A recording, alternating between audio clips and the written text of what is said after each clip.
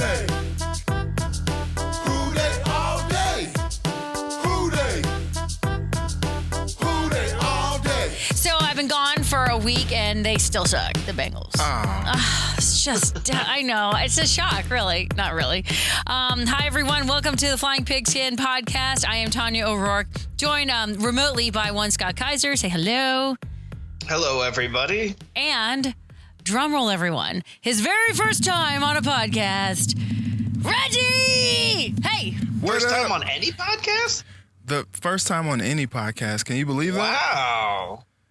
I can't believe that, I'm sorry honestly. for the loss that it had to be this one. Yeah, well, I've arrived. I wish we had a better podcast for you to be on currently. The subject matter is kind of rough. Well, I mean, you know, what better But- way to wait. get, baptized? Okay, speaking of baptized and speaking of rough, can I bring it up?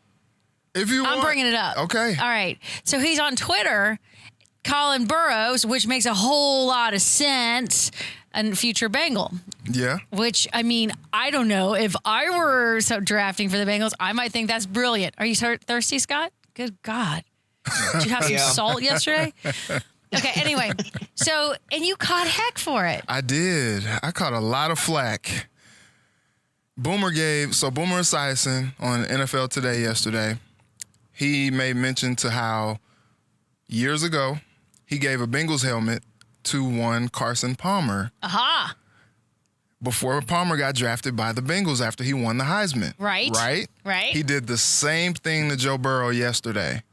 And Burrow, it was a lot of fun. It was all in fun. He was cool about it. He laughed it off. But he said from one former Bengal to the next Bengal, here's a Bengals helmet. And Burrow, everybody's just cracked up about it. And, it's all in fun. Sure it is. But it's also kind of like wink, wink, nod, nod. Honey, here's your future. Get used to it, right? Coming back to Ohio. Okay, so Kyser, get and this. on the inside, I hope he was thinking, dear God, someone save me. He probably was. Can I tear a meniscus real quick? But here's the thing.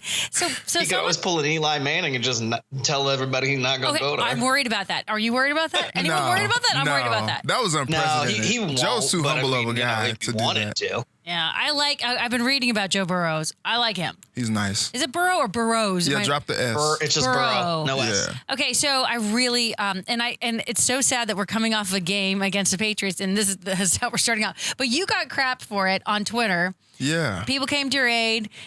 People, listen, you weren't trying to be mean to Andy Dalton, right? Oh, no, not at all. And Andy has been getting questions about Burrow and about his future for the last, half a season. And after that game last night, or yesterday, I guess it's fair to ask him a lot more questions. Because I've always said I like Andy Dalton. I think he's a great guy. I think he's a good quarterback, and he has no one around him to help him whatsoever. But Scott Kyser backed me up here. That was awful. Yeah, I mean, it was, but did we expect anything else? And again, I don't think it's all his fault. It makes it so absurd that the Patriots, I mean, I guess they just film everybody, and it's just when they got caught. But the idea that they would need to film the Bengals in order to gain any type of tactical advantage. It helped it's a like, lot. have you seen this team It helped play? a ton. Although for the first half, I don't mind telling you, it's on in the house. I'm hosting a brunch yesterday. My kids are home from college, and they're watching it. I keep walking in and out of the kitchen. What's going on? We're like, we're tied? I'm like, no, wait, what? And then we're up. Like, what? On the Patriots, which I know has not been a great thing as of the last few games, but come on. They stuck with him in the first half. It felt impressive. Pretty good. Yeah. Every time I walked by, Joe Mixon had the ball and was running, and it was having a great run. They established the run game early, which, earlier this season, I'm old enough to remember when Joe Mixon rushed 6 times for 2 yards in a game this season. You're old enough. Well, it's one that was actually, unfortunately, a highlight for a while. Twice to end the half. Right. They could have gone into the half leading. So that was the thing. Those were the turning points. So baffling play calling. 4th and 1. You line Andy up in the shotgun. Keenan actually did a package about it yesterday. But you line Andy up in the shotgun and you give it to Mixon, and he is not even close. Right, Turnover smothered. on downs. And then the punt. Matthew Slater might have gotten there just a little early, but it was, I guess, simultaneous. Erickson drops it, and these are two turning points. I said yesterday, those are things that if you're a good team, maybe you can overcome that. But when you're a bad team and you're fighting, scratching, clawing, fighting for wins, you can't do things like that.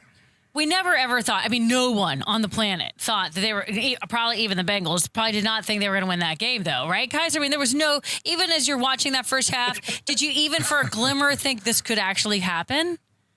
This was a loss before they announced the schedule last year. When they they announced opponents and they said Bengals will be playing the Patriots last year, it was a loss then. So it's not as if it comes as any surprise. I think the bigger surprise was that they hung with them in the first half. That's what I'm saying, right? It felt good for a minute. Said, I mean, they can't make mistakes like that. I mean, they're elementary type stuff too. What do you mean they can't make mistakes like that? They make mistakes like that every week. I know. They can't. They certainly can. That's what they've been doing all year. But I mean, you can't do that against any team, let alone the Patriots. So, but what just like for real? So Patriots didn't look that good. No, okay, and that's the thing. So and they haven't for about 4 or 5 weeks now. Right? No, they haven't. But so last night I had Jim Breach, Rodney Heath on Sports of All Sorts. Just a shameless plug there. 11:30. Yeah, just keep Sunday plugging night. it. Keep it plugging. So Jim is always glass half full guy, right? And I kind of subscribe to what he was talking about lately. So yesterday, the third quarter was treacherous. It was awful. It was awful, but they played them good enough to have a chance. That third quarter snowballed on them so terribly and just ballooned the lead. I came back to the station at halftime, and by the time I sat down at my desk, turned the TV on, they were already down by 2 more touchdowns than it was going into halftime. I'm like, yo, I was just there, and it looked hopeful. It just snowballed really quick. And I think if they hadn't made some of those mistakes, maybe that game wouldn't have been as lopsided. Got that out of hand. I don't know. Kyser, what do you think? Yeah, no, I mean, am I crazy? I was keeping an eye on it because I took the kids to see Santa, but I'm sitting there thinking if they can hang out, with the Patriots like that again in the second half and be in a position to make a move, like they could have, possibly won that game. But, then the second half started. And like Reggie said, before you could blink, it was like, oh, nope, never mind. This is what we expected. But from that point, I kind of tuned it out. Truthfully, we always do expect in the land of Bengal that when they go in at halftime, they're going to, and this doesn't matter who's coaching this team. You go in at halftime, the other team's going to make adjustments to the positive, and for whatever reason, the Bengals are not. And I know that is one of the most Bengal fan statements to make, but there it is. But this year's, it's been like even more so. Do you think so? It's been even more so. So you're there. You're in the locker room with these guys. You're down. It seems like 4th and short, you guys have been going in shotgun formations quite a bit and not been able to convert. Is there a particular reason why you guys are leaning on that formation and then leaning on Andy and maybe some of these running backs to try to get 5-6 yards when it should be a 1-yard situation? Yeah, it served us well for our backs to have great vision coming downhill, and we'll see it. It was just lost a one-on-one up front, and that was one of our keys to victory. Is we got to win those one-on-ones up front, and that's what it looked like happened on that 4th and 1. Do you, as a running back, do you like seeing you guys come out in a shotgun formation on 4th and 1? It seems like you guys are doing it quite a bit this year. I mean, coach called a play, and you know what I'm saying, we got to execute, and they get paid on the other side too. They made a play, and we just gotta fire off on the ball with the O-line. For me, I gotta go get that first down, and I ain't do it, and I put that up on me, but we gotta be better, and I put that upon myself to put my team in the best position to win. Maybe finding an offensive play caller that can execute what it is that he's trying to do on offense and maybe pull it back a little bit and just be the head coach. Because it works for some guys. Sean McVay out in L.A. where he came from, he calls his own plays. Sean Payton down in New Orleans, Andy Reid in Kansas City, they call their own plays and are able to manage the game. But for a first-time head coach like him, who was a position coach before, That's tough. That's really tough for him to manage the ebb and flows of a game like that. And there have been a lot of baffling play calls, especially the last 5 or so weeks, that you're just like, what is happening out there? Like that 4th and 1 yesterday, or last week with the Browns, that 4th and goal, and he runs a draw with Andy to try to score there. It's like, whoa, did you really think that was going to work? I think, to use a cliche, sometimes maybe he gets a little too cute with some of his play calling. Hey, you know what? On that note, real quickly, we have actually a soundbite from Keenan Singleton asking Coach Taylor and Joe Mixon about that 4th and 1 play call. It seems like 4th and short, you guys have been going in shotgun formations quite a bit and not been able to convert. Is there a particular reason why you guys are leaning on that formation and leaning on Andy and maybe some of these running backs to try to get 5-6 yards when it should be a 1-yard situation? Yeah, it served us well for our backs to have great vision coming downhill, and we'll see it. It was just lost a one-on-one up front, and that was one of our keys to victory. Is we got to win those one-on-ones up front, and that's what it looked like happened on that 4th and 1. Do you, as a running back, do you like seeing you guys come out in a shotgun formation on 4th and 1? It seems like you guys are doing it quite a bit this year. I mean, coach called a play, and we got to execute, and they get paid on the other side too. They made a play, and we just they got to fire off on the ball with the O-line. For me, I got to go get that first down, and I ain't do it. And, I put that up on me, but, we got to be better. And, I put that upon myself to, put my team in the best position to win. That's very nice of Joe to say. Isn't that nice? Gosh, that was a nice. I thought I wasn't going to start out so well, I thought. And then it got better. I was like, he called the play and I had to do the dumb play. But no, I didn't go there. That was actually nicely said. That was good. Good job, Joe. Yeah, Joe. I like that. But I feel like a butt's there. That ain't it. I think the but comes in the fact that he's kind of in a similar situation, speaking of coach, as Finley at quarterback, in that he's behind the 8 ball. Finley doesn't have receivers, doesn't have an offensive line. It's just not a talented team. Mm-hmm. So there's no real good gauge on what he could do when, the situation he was put in. And it's kind of the same situation with coach. I don't really know how good of a head coach or a play caller he was this season, mostly because they're always playing from behind, or they're always playing through mistakes, and they're always doing these things. So, yeah, for him to be trying to learn on the fly, and this being his first time, calling the plays and being a head coach, like there's so many things going on as a head coach that you've got to worry about during the game.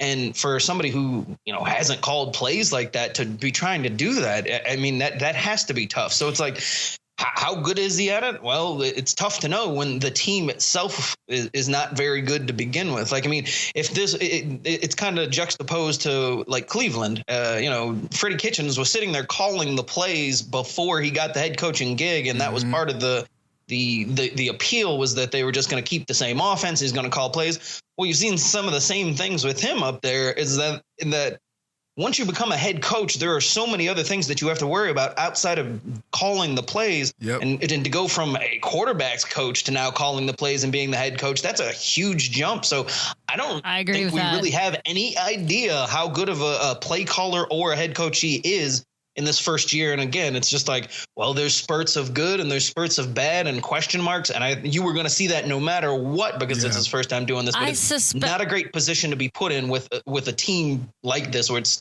so talent deficient. So true. And I do suspect, and we've mentioned it before, so Reggie, since you're just joining us, and some of you listening might just be joining us for the first time, we've mentioned it before that it sure feels like there are going to be a lot of changes in position coaching and coaching staff in general in the offseason, or maybe there should be, not necessarily at the top. That's not what I'm suggesting, but that he will swap out some guys for the guys he really wants. And as you guys have said, maybe gets himself an offensive coordinator or play caller, something to take some of that load off him, because I think it was a little aggressive for him to think, hey, yeah, I've never coached an NFL. I've never head coached a team, and I'm going to come in and be a head coach of a team and call the plays. I mean, I thought that was really ballsy. Yeah, it was funny. I've been talking to one of my friends. We always go back and forth talking sports. And he was like, in Cleveland, they gave the keys to a luxury car to a janitor. And I was like, oh, that's kind of rough. aggressive. but Jeez. But it kind of makes sense because Freddie seems to be in over his head in Cleveland. It seems to be the opposite in Cincinnati. They gave Zach Taylor the keys to a hoopty. And they're just like, they're like, yo, make this thing run for 100,000 miles. But I think the question I have, and I go back to for both of you, is they gave him a hoopty car, but in reverse from Freddie Kitchens, he's not. Is he the janitor or is he like some magician? Hoping they were hoping, I guess, that he was a magician. But is he? I think it's too early to tell. I know. I think it's way too early to tell. If you this whole year was, partially it was done half. Really? Yeah, I mean, it was done half measured. Like I kept harping on it last year that if you were going to bring in a new head coach, you needed to dump all of the old players and pretty much make it a blank slate. And they kind of did half steps. So I think this season, they waited so long to bring him in. I think this offseason is going to be really telling. Do they kind of clean house with the coaching staff and do get the guys that, one, weren't available last year that are now going to be available because they, either are ready to move on from their team or get fired or whatever. So he gets guys that are available that weren't last year, and he gets his pick earlier in the offseason because, he's not waiting until after the Super Bowl when he got hired to try to fill all these spots. And he'll also have the benefit of, guys weren't going to jump ship from where they were, last year because it's like, oh, first year head coach. I'm not going to, let's see what happens. And now at least they're like, they can see what he's done and if it meshes with what they want to do and there's a little bit more stability. Mm-hmm. So, yeah, I think you're going to see hopefully them change a few things on the coaching staff and also with this personnel and playing staff. And then next year, you'll have a better gauge. With Burrow under center. Yes. Yeah, and you'll have a better gauge of how he is as like any criticism as far as like how the team is run and how the offense works next year, then will be a lot more valid. I agree. Because you have a sample size of, now you have 2 years. And especially if he brings in the guys that he wants and that now he had his pick of, then it'll be like, well, where are we at with Kyser, you just use sample size.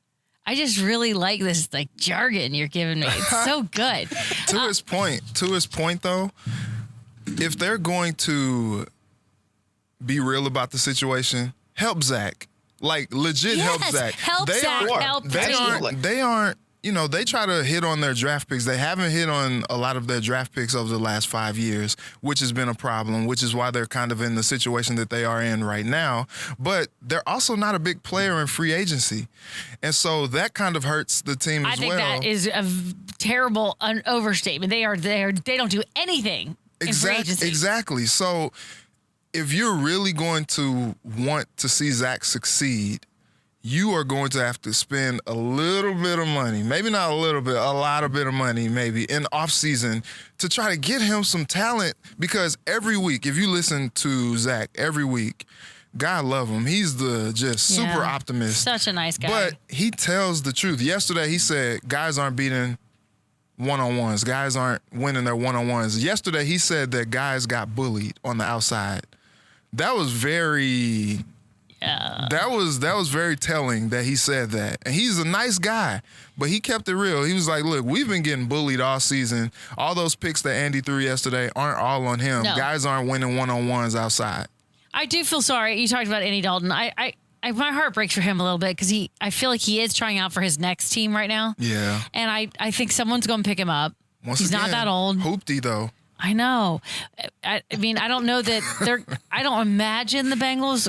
What's his situation?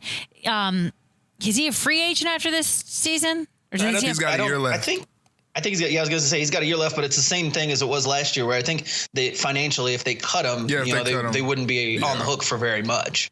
Well, I mean, maybe you keep him and. No. You got to find the next guy. It is really time to let him free. Oh, no. I'm not saying he's your starting quarterback, but do you keep him in the stall? No. Well, no. Again, you'd have to get rid of that stuff. You've got to turn the page on the whole Marvin Lewis regime and make this Zach's team and stop having guys that, aren't the future just hanging around.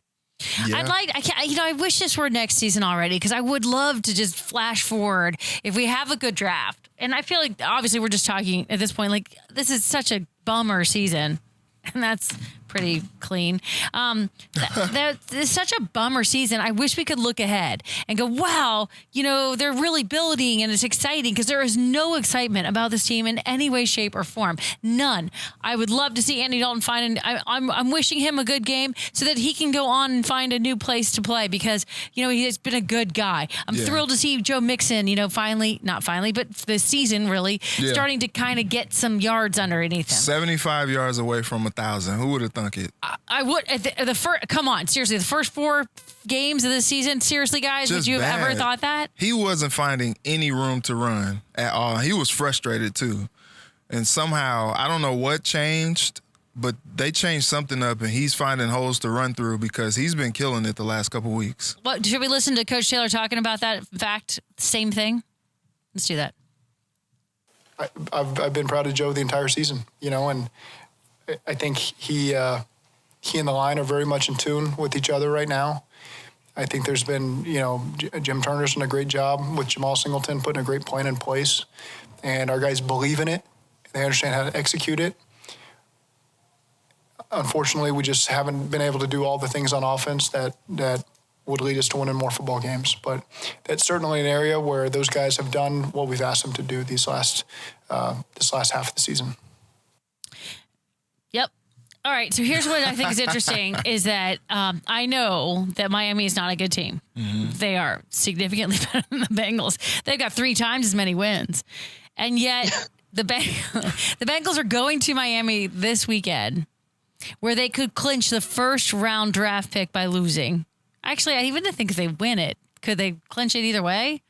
Yes, either way. And they are, Miami is only favored by 1 point. That's not even home field advantage. And I just feel sorry for Miami, because they must not have any faith in you at all, because, they're better than the Bengals. I hope the combined score in that game is like 70 points. Like, just line it up and just go at it. I hope it's Fitzmagic everywhere. Let the defense stand aside. Just Andy just throwing bombs to guys that we don't know who they are. And we didn't know who half of them were yesterday. Just let it rip. I want to see 70. You want to see 70? Are you surprised? Anyone surprised by this? I know Miami's not good, but seriously, they're only favored by a point? Well, remember, like 5 short weeks ago, we thought that it might be a situation where we were coming into it with 2 winless teams playing for Joe. Yep. And now, somehow Miami found a way to win 3 games. I still don't know how that happened. Kyser, how does this happen? Because it's the NFL and weird things happen. And the Falcons go into San Francisco and beat the 49ers and upset me. But, you poor thing. Ooh. Stop it. Julio. Things like that can happen. And so, it is what I'm the exact opposite, though. At the beginning of the year, we circled this as going to be like the battle for the number 1 overall pick, and it was going to be the toilet bowl. I want it to be that. I want the final score to be 2-0 and be a baseball game. A safety. And the safety to end the game. Like, I just wanted to just be the most awful game ever and live up to the hype that we had built it up to all season. Like, I'm disappointed that Miami went and ruined this by having 3 wins. How dare they? Yeah, this was supposed to end in a tie, and 2 winless teams, or 1-win teams come out and still there be no determining factor leaving the game. If they tied, that would have been so great. That would be awesome. It would have just been hilarious. Like, I'm here for the jokes. How do we watch this game with some fun? Is there a drinking game? Is there some buzzword we can, there's something fun that we to make out of this game for us? Anything, guys? Because we got to find some novelty in all of this. Yeah, I don't know. I don't. Like I said, I can't imagine. I see Brian needs our producer's wheels spinning. You got mine spinning. There needs to be some sort of like toilet. If you hear the words toilet bowl or something like that, that's like a drink. Something like that. I don't know.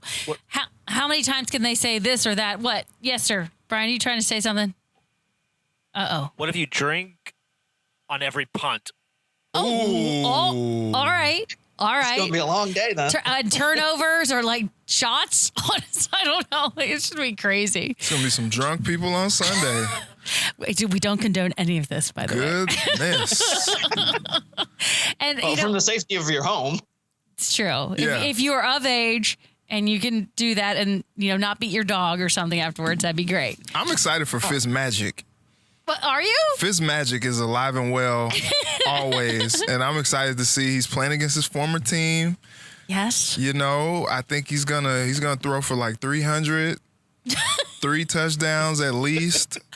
Light it up. I just want to see it. I want to see him and Andy Dalton go toe to toe. We just need to have fun with this one, you guys, because Yeah. there is nothing going to be good or exciting about this game. Nothing.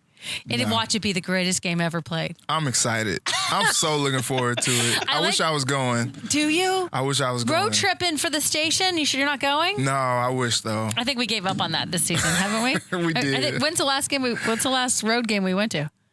We stopped before they went to Oakland, so Oh, see? the Oakland trip was the one that we didn't go to.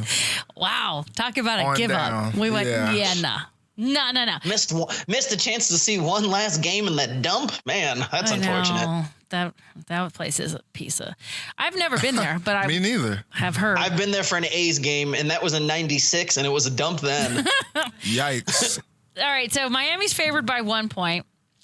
We get to clinch no matter what we do. Win, lose, draw. That's beautiful. We're getting the first round draft pick. That's beautiful. Hold on a minute. There's a clarification. Well, We have a clarifying actually, point. If they won their 2 games, I think that Okay, so There'd be some a type of- loss clinches it, though.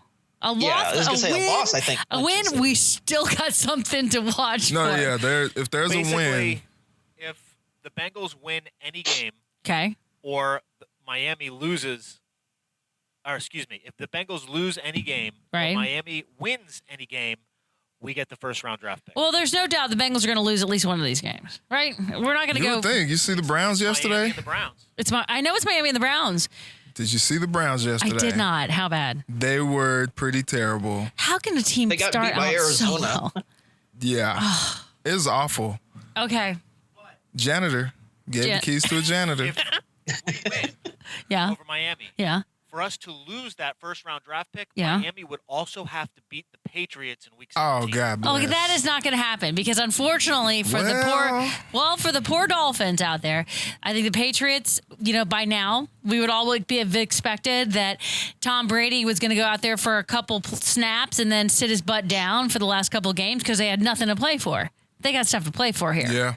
And not only that, they have pride to play for And they because they have always- looked horrible. And they always find a way to lose to the Dolphins for some reason. Yeah, that's true. Remember last year, Gronk That's right. making that tackle, couldn't make it, just getting burned to the end zone. See, it would be such a Bengal thing to screw this up at the 1 yard line and have the world entirely root against us, and we end they up are not in the getting red the zone first. for the first round pick.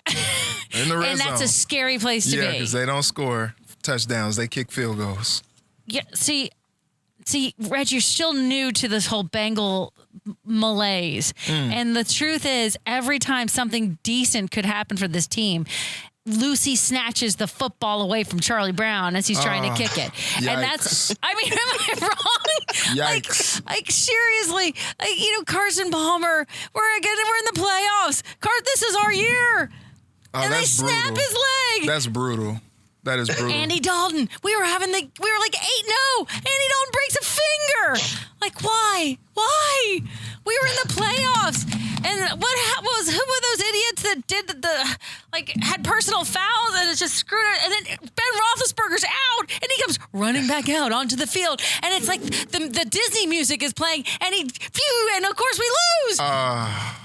You okay? No, No, I can tell. I know. It's been a rough 2 years year. in a row to the Texans. Oh, yeah, that was 2 really years in a rough. row.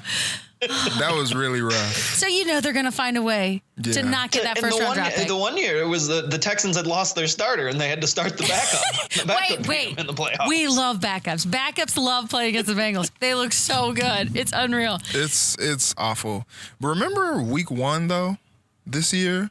They played against Seattle, and they played good enough. Oh, man. Yeah. Oh, man, It this seems like Bengals team. we were a like, million years what? ago. Whoa, they What? was like, oh, man, this Does that Zach feel- Taylor guy. Gosh, he's a Woo, genius. He is a genius. And then it just went, And then the wheels on the what are we driving? Not a Cadillac here. It's it's a hoopty. a hoopty.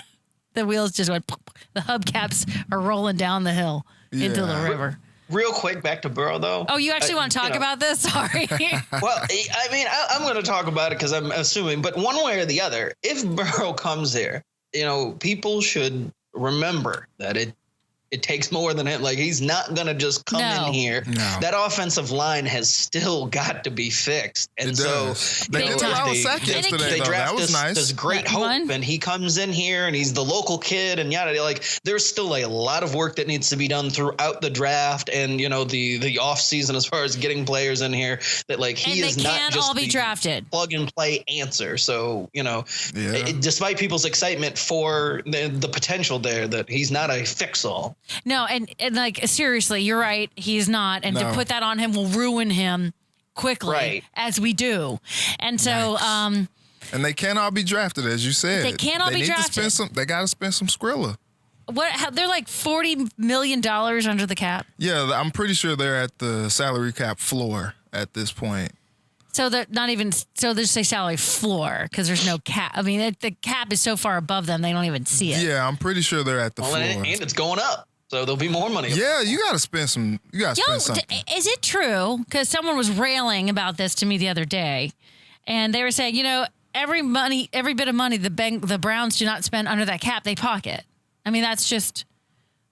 Yeah. I mean, that's just, plus every time you buy a Dolphin shirt or you buy a 49ers gear, he gets, 1/32 of it in profit. So I don't know. There's no way to do it because it's a private entity, but we got to hold his feet to the fire and make him spend some cash. Something. Maybe he can start by paying AJ Green. Do you think AJ Green's really going to be here? I don't know, but it's weird because you do have money to spend. And they're being so tight with it. And this is literally your franchise player. Yeah, just like Andrew Whitworth. I mean, it's just not worth it. He's just getting old. I mean, I guess. No, Andrew is just now looking like Father Time is catching up with it. But he's 38. He's 38. Still playing football. He could have retired wearing Bengals stripes, and he didn't do that because they were tight with him. But he played in the Super Bowl last year. Yes, he did. That was, Yes, he did. He's doing better. Still not happy about it. So don't let that happen to poor AJ Green because he's such a good guy. What's the deal? Is he really hurt? Is he really hurt? All right. Oh. Here we go. So I think his ankle is not 100% per se, but I think in past years, maybe he gives it a go. Right. But, something to live for, something to try for. Yeah, but because they are, playing with the money's looking a little funny. Yeah. He wants them to put some respect on his check. And so maybe he's just like, I could go out and play, but my ankle is not, good enough for me to, have an off-season surgery and, risk my future. That's been the prevailing theory on this podcast for a while. It's a business decision. This is straight old business. Even if he's at 99%, it's like, why risk it? And the minute they took Andy out the first time, he was like, nope. Yeah. Nobody, nope.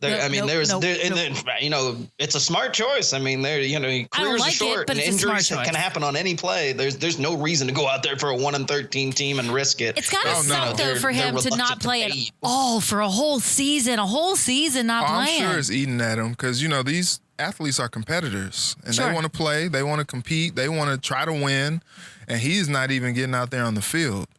So I'm sure it's eating at him, but he's like, well, it's going to eat at me more if I don't get what I feel like I deserve. Well, all right. So let's talk about this week because, this is all just so painful. At Miami, Miami is only a 1-point favorite. How's this going to shake out, guys? I say the Bengals win this one. You think? Well, yes, because they're going to be the most Bengal end to the Bengals season, the worst season ever, and they're going to win. They're going to win out.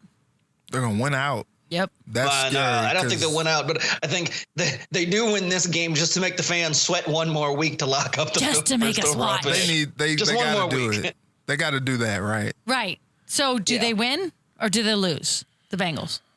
I think they win a close one. Okay, but I do actually think that Reggie's right. I do think this is going to end up being just a shootout. I hope so. I'm looking forward to that. I'll say they win too. And I like our drinking game idea, and I think we start like spreading that around. Okay. We got to We're talking refine like it. 38-34 Bengals. I'll take my shot as an apple juice, though. That's fine. Okay. You can drink aloe water. I don't care. Vacation starts for me on Wednesday, so I'll be sauced up from now until I come back at the end of the year. Keep it saucy, my friend. Keep it saucy. So whatever drinking game we got for the Bengals, I'm in. You're in? I'll be in well before After it Friday, starts. I'm off till next year. So Can we put a Right. live That's cam me on the in 18th, on so. both of you all's living rooms that day? sure, I Okay. think that would be fun. But Kyser, what stinks for you is pretzel day's not till Friday. This Friday? This Friday. I thought you took pictures from this I'll weekend. take pictures, but I always give them out on my last day at work. Wednesday. What the? Do you know about my pretzels yet? No. Well, this is news to me. Breaking news. Breaking news, I make these pretzels. Well, I don't actually make the pretzels. The pretzels are already made. I just add chocolate and caramel to them. Oh, no, you don't. They're so good. You know what I better find in my drawer when I get